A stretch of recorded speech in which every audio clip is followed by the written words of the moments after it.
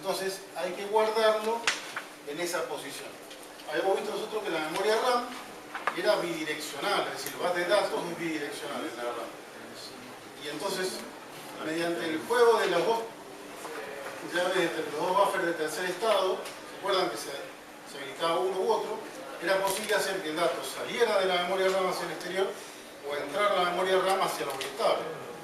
En este caso, hasta ahora venimos sacando bytes, sacando, digamos, valores de dentro de la RAM, porque está con el read-write en 1. Ahora el read-write lo ponemos en 0 y cuando eso ocurre,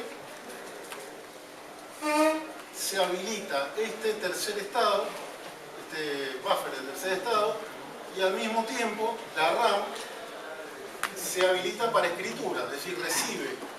Entonces el dato ahora circula al revés, desde adentro del micro hacia la memoria RAM. Y no hay colisión. No hay colisión. Y vimos que si uno analiza, digamos, la secuencia de pulso que va produciendo la unidad de control, son estos. Clock al control del programa, clock de instrucciones, clock al control del programa, clock al acumulador, para leer una constante. Clock contador del programa, clock registro de instrucciones, clock contador del programa, clock al registro de direcciones, para guardar la dirección de variables, llave selectora, cambiarla de posición, clock al acumulador. Es un poquito más engorroso, digamos, leer una variable que leer una constante, o sumar una variable que sumar una constante, pero, digamos, esta es la secuencia. Es bastante parecida, agrega estos dos pasos, digamos, hay dos pasos más. Y después la escritura, clock al control del programa, clock al registro de instrucciones, clock control del programa, clock al registro de direcciones, llave selectora para direccionar esa posición de memoria, y un 0 en el read-write para que se escriba el dato efectivamente. ¿Vale? Esa es la secuencia. Esas son prácticamente las secuencias que hay. 1, 2, 3 secuencias. Nos falta la secuencia de salto, que la vimos después. Pero lo que le quería mostrar con esto es que el secuencial, digamos, que tiene que producir esos pulsos no es algo muy complicado. Bueno, la operación de salto explicamos que consiste en cargar el contador del programa con, por ejemplo, acá dice saltar a la dirección 40, entonces el contador del programa tiene que pasar a valer de 31 al valor 40. ¿Y 40 de dónde lo va a tomar? Del base de datos. Ahora el 40 entra al base de datos, se mueve la llave selectora para allá y se carga el contador del programa. Entonces automáticamente el programa salta a la dirección 40. ¿Qué pasó con la dirección 31, 32 que tenía el contador del programa? Se perdió. Podríamos volver a la 32 si pusiéramos un salto a la 32. No hay ningún problema.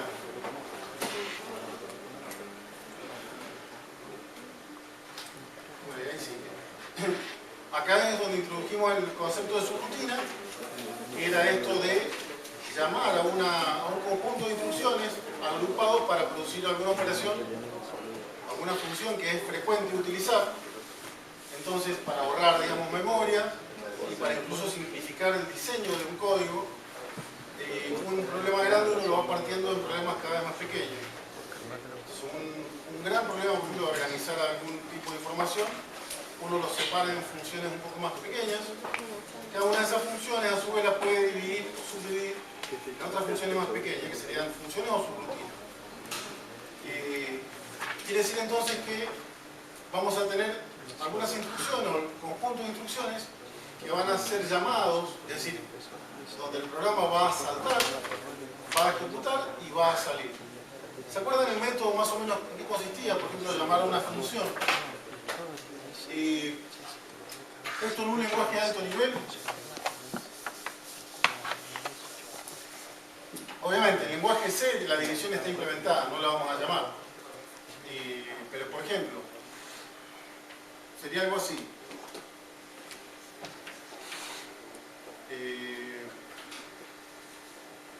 Vamos a poner dividir.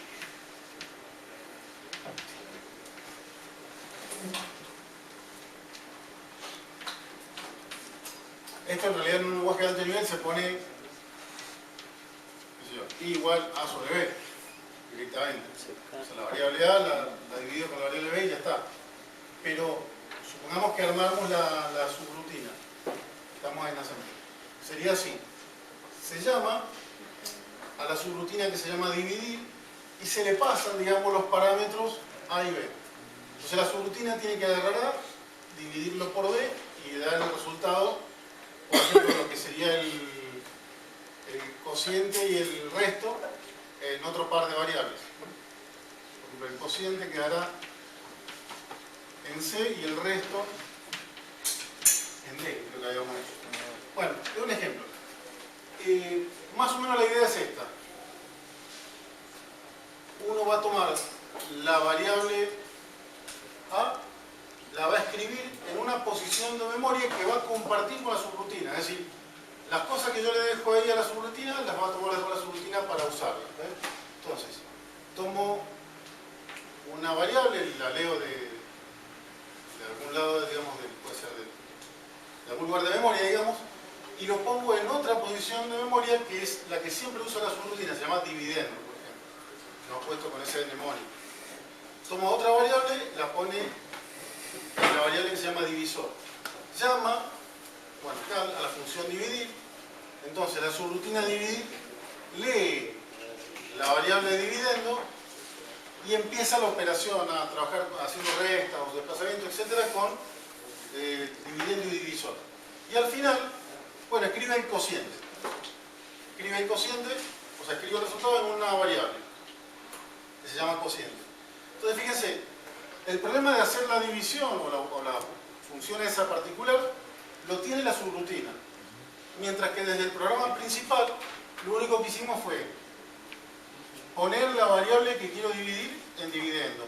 Y el divisor lo pongo en la variable que se llama divisor, llamo a la subrutina de dividir y ya acá leo cociente, es decir, ya supongo ya que la subrutina se ocupó de hacer esa operación y acá sigue. Realmente el programa, el flujo del programa, digamos, hace así. Viene así, ejecuta, entra acá, ejecuta todo esto y sale y sigue acá. Es decir, el micro es uno, por ejemplo, si es un solo núcleo, hace eso solo. Pero desde el punto de vista de la organización del programa, es como que uno se desentiende acá, digamos, de aquel problema y solamente le pasa el problema a otro sector del programa, ¿está bien?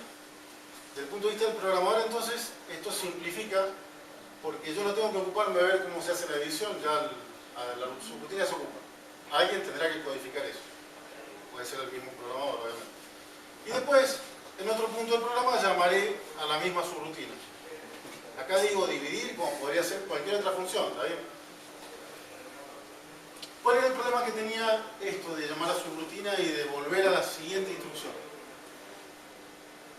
Necesita un contador físico para saber dónde se quedó la instrucción. Claro, necesita cuando, digamos, este no puede ser un salto común.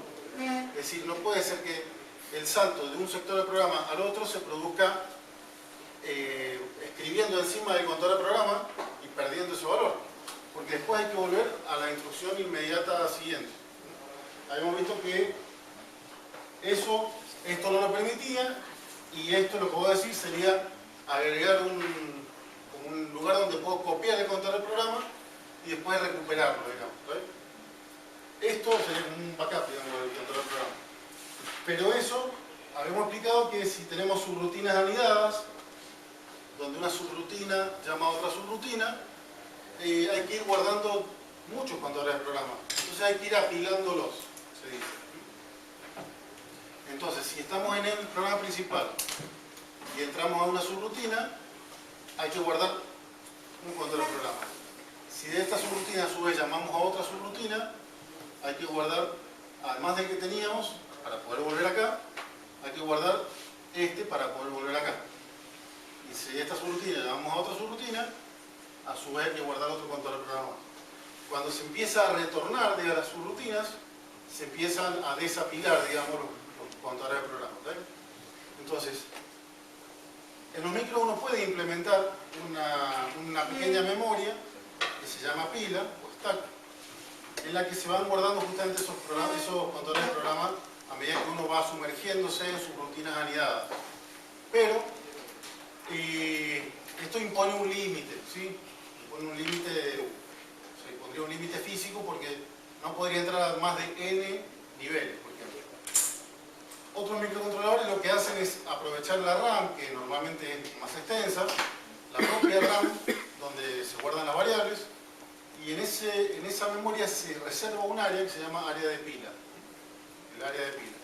Y entonces lo único que lleva el microcontrolador adentro, en lugar de tener que almacenar todos los controles del programa, tiene un puntero de pila, un pequeño registro en donde guarda la dirección del tope de la pila. A medida que apila cosas, es decir, que guarda cosas en la memoria RAM, lo que va guardando es la dirección donde está el tope de la pila. Entonces, simplemente sabe que lo que va apilando, después cuando lo desapila, digamos, el valor donde está apilado lo tiene guardado en ese puntero. Bueno, un ejemplo de funciones que utilizan muchísima pila, son las funciones recursivas.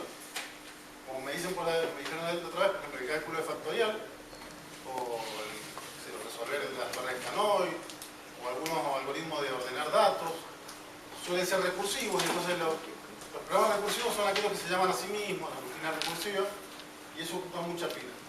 Normalmente en los microcontroladores, las rutinas recursivas hay que evitar.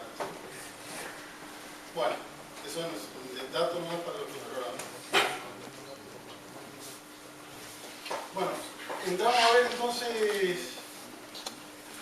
microcontroladores. Hay un par de temas, digamos, que nos están quedando, que son los que se llaman modos de accesos especiales.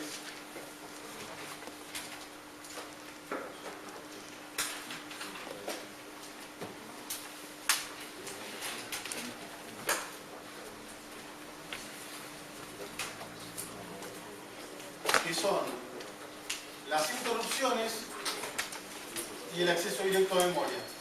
De esto, en realidad, antes entramos con un poquito más de detalle y estaba un poco orientado a las interrupciones y al acceso directo a memoria dentro de una PC.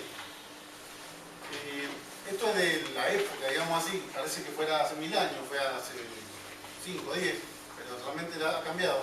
Entonces, vamos a ir dejando esto de lado un poco. Estas dos técnicas se siguen utilizando, pero en microcontroladores. O sea, también en la PC, digo, pero ya nosotros, digamos, como mecatrónico, como electrónico, como industrial, es difícil que uno utilice mucho la PC como plataforma para cosas. Hay PCs industriales, no es que no las haya, las hay, pero no es, digamos, no tiene un futuro, me parece a mí, es una visión, ¿no?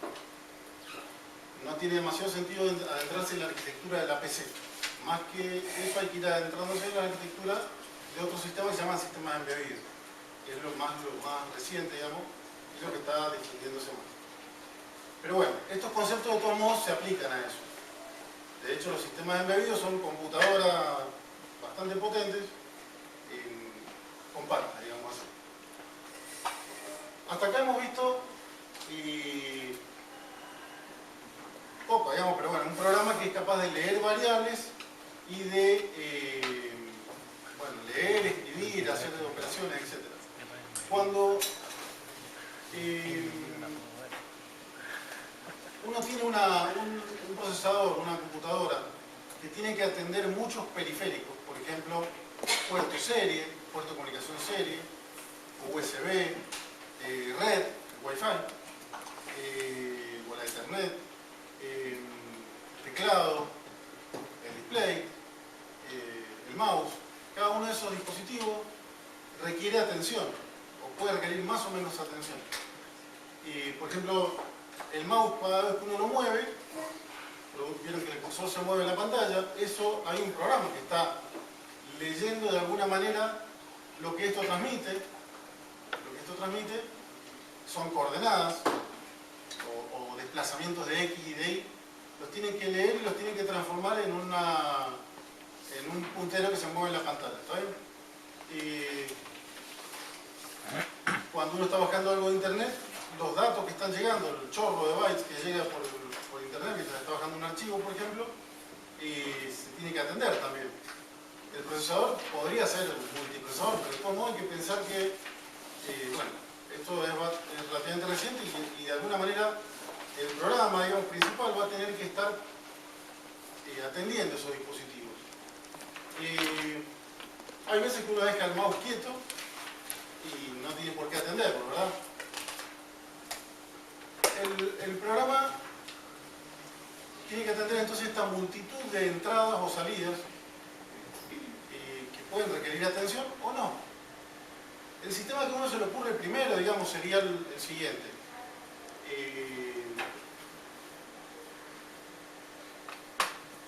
Tendría que repasar un poquito, a ver si lo tengo acá. ¿Alguna vez han mirado?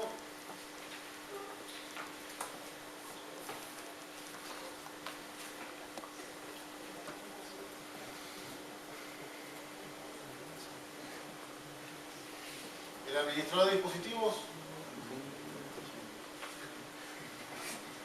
Bueno. Han visto esto, ¿cierto?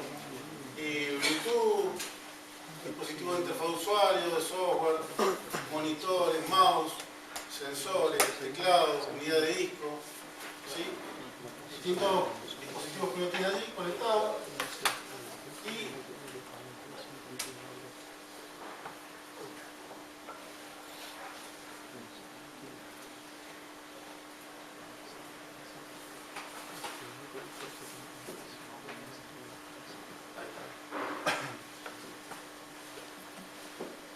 acá lo ponemos, dice ver recursos por tipo y recursos por conexión, dice.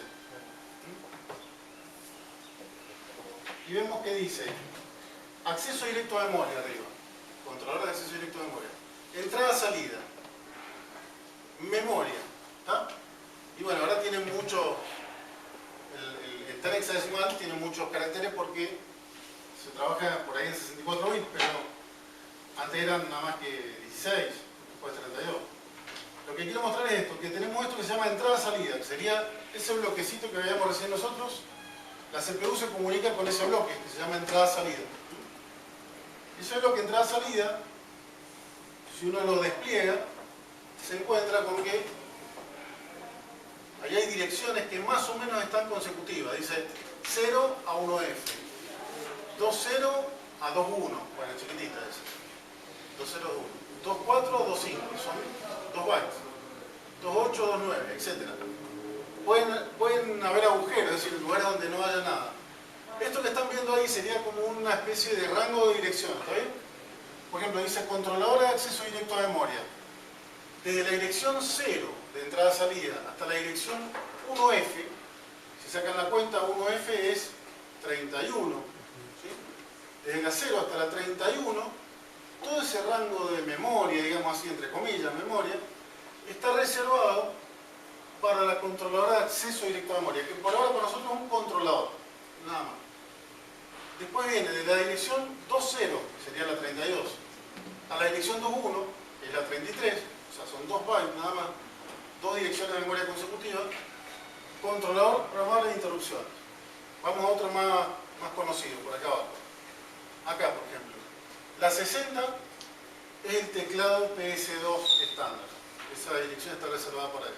Vamos a otro. A ver. Más visible.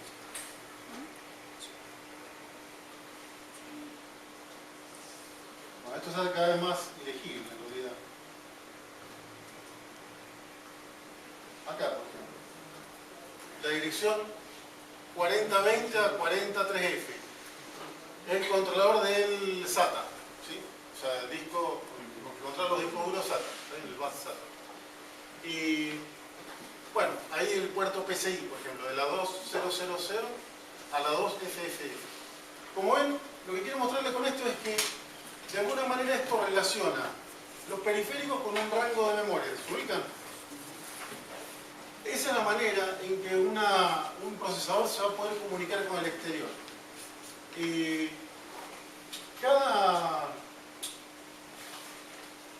que tener una placa madre acá para mostrarles, pero ustedes vieron que una placa madre está llena de puertitos, ¿no es cierto? Puerto USB, puerto para el teclado, bueno, antes puerto paralelo, los SATA, los PCI, etc. Es decir, vienen un montón de conexiones hacia el exterior. ¿Ven? Cuando uno mira todas esas conexiones que hay hacia el exterior, pueden ser, qué sé yo, por decir un número, 1000 pines, 2000 pines. En realidad, el microprocesador no tiene tantos pines. No es que cada pin de esos puertos se conecta directamente al micro, sino que lo hace a través de eso que se llama interfaz de entrada-salida. Ahora volvemos acá.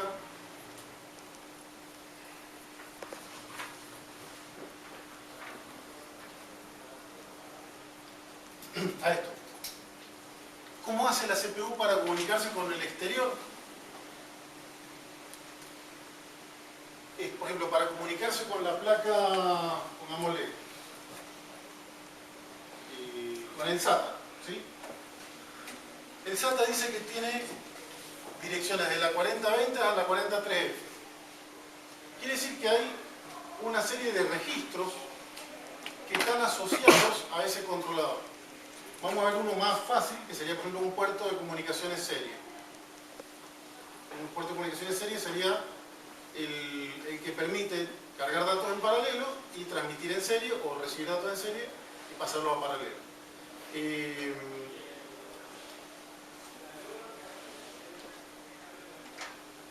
Vamos a buscar un poquito porque si no estamos hablando todo en el aire. Veo cara de desconcierto.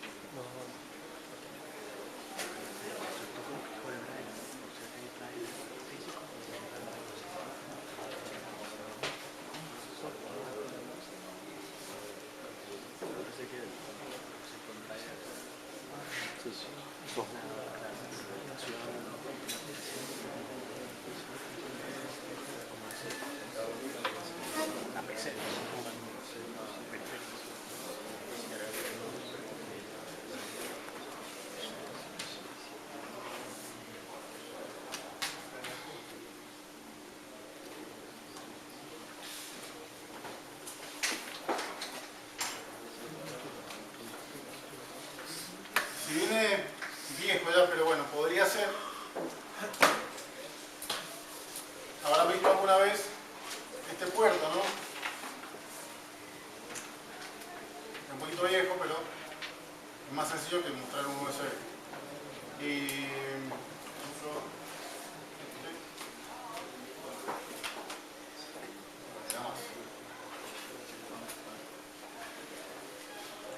Esto, por ejemplo, es una interfaz entre el puerto serie, que se enchufaría acá, y la computadora. Hacia el exterior tenemos conexión de esto. Esto es un registro que se carga en paralelo y transmite en serie, digamos. Estamos simplificando, pero la idea es que uno lo carga en paralelo y la transmisión se hace en serie. Lo que sale por acá, en realidad lleva un amplificadorcito, sale por un pin, ¿saben? Hacia el exterior, es decir, sale de la computadora. Por acá salen datos en serie.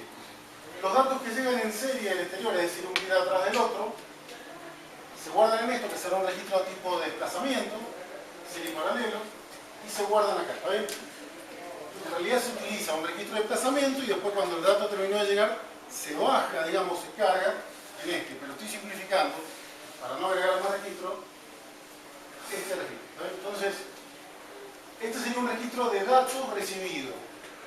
Esto es un registro de datos para transmitir. Esto es un registro de estado. Por ejemplo, si llega un dato y a continuación, sin que yo haya leído el dato anterior, se me escribe encima otro dato, me llega otro más, se produce un problema de overrun se llama, o sea, el problema es que se perdí datos. ¿Está bien? Entonces ese error, digamos, que se produce, lo vamos a reflejar, por ejemplo, en alguno de los 8 bits, por ejemplo, que tiene el registro de estado. Un bit que se llama, por ejemplo, overrun, o desborde, le vamos a poner desborde, desborde, overrun sería, overflow. Desborde ese me indica cuando hay desborde. Está bien, un error de desborde. Significa que el dato anterior no lo leí y se me escribió encima otro. Es decir, más allá de este detalle, lo que quiero mostrar es que este registro mostraría la situación operativa, digamos, de este sistema.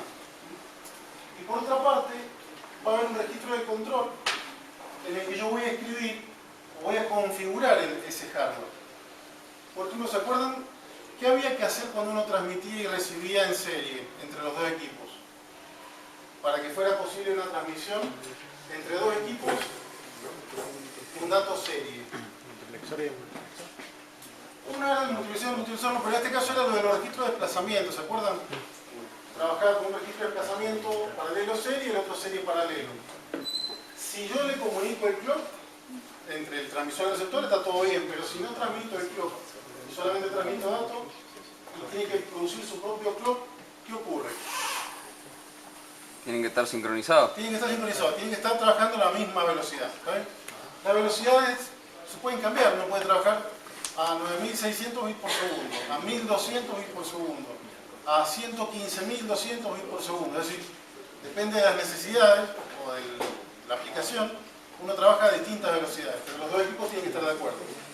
Eso se puede cambiar. ¿Desde dónde se cambia o dónde se escribe? Acá.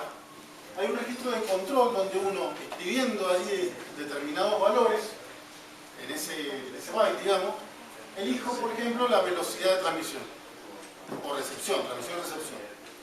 Por eso se llama registro de control. Estoy haciendo el más chiquitito que se puede, entonces tenemos un solo byte. En realidad, un sistema más complejo va a tener muchos registros de control, porque hay muchas cosas que configurar. Y va a tener muchos registros de estado, porque hay muchas cosas que verificar.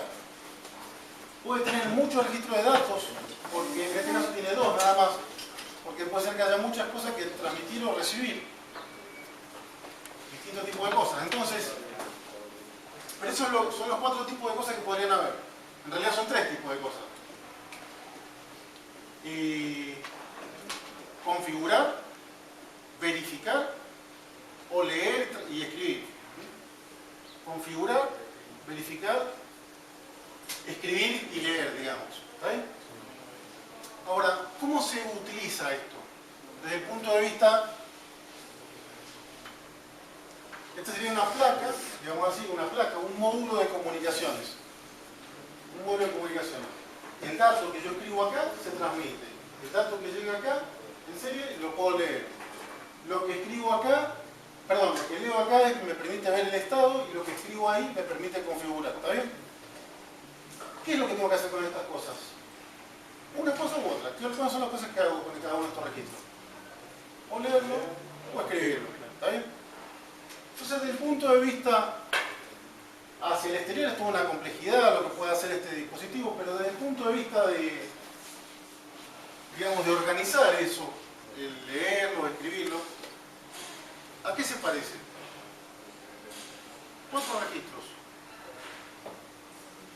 Una memoria, ¿está bien? Una memoria de 4 registros. Esto bien podría tener acá adentro un decodificador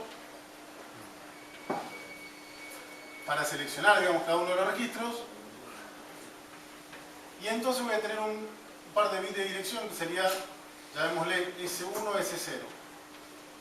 Los bits de selección. Y voy a tener una patita de read o write. Y voy a necesitar un bus de datos. ¿Está bien?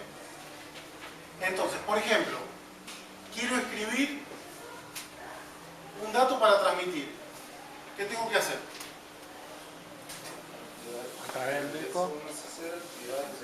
Poner claro, el valor 2, digamos, que corresponde a esta posición. Poner acá el dato que quiero transmitir y darle el write.